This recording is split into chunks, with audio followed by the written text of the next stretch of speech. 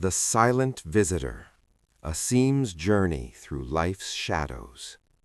In the bustling chaos of the world, where distractions abound and the pleasures of life take center stage, Asim was a figure that no one could ignore. His beauty was captivating, his presence mesmerizing.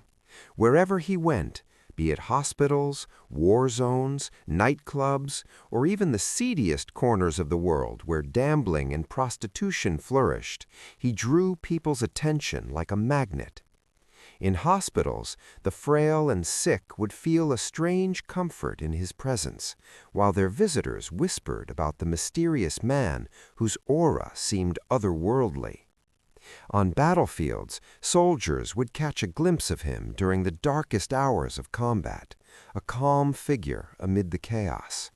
In nightclubs, his appearance was celebrated as a lucky charm, while in casinos and houses of sin, people admired him as if he were a symbol of their good fortune.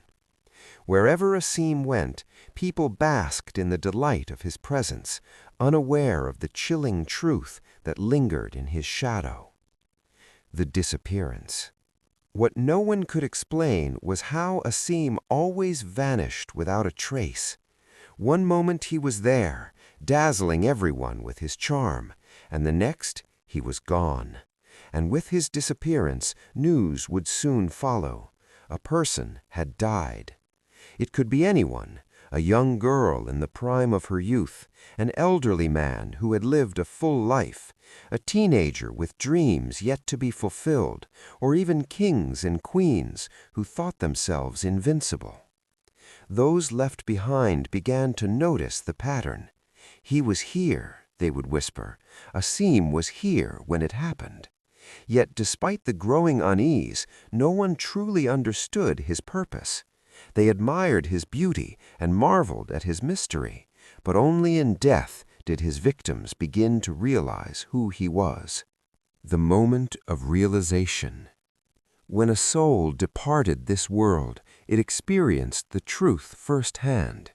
The illusion of this life, its joys and sorrows, was stripped away, and the soul was confronted with the reality of its actions.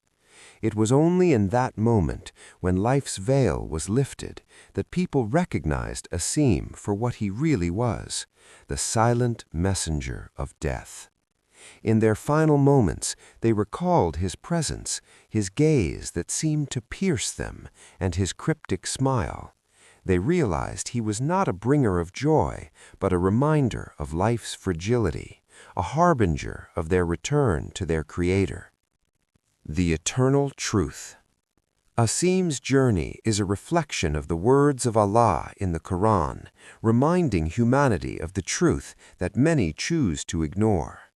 And we have already created man and know what his soul whispers to him, and we are closer to him than his jugular vein. When the two receivers, angels recording his deeds, sit on the right and on the left, he does not utter any word except that with him is an observer prepared to record. And the intoxication of death will bring the truth. That is what you were trying to avoid. And the horn will be blown. That is the day of carrying out the threat.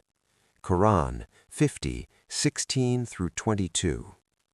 The Qur'an describes the inevitability of death and the moment of reckoning when every soul will face its deeds.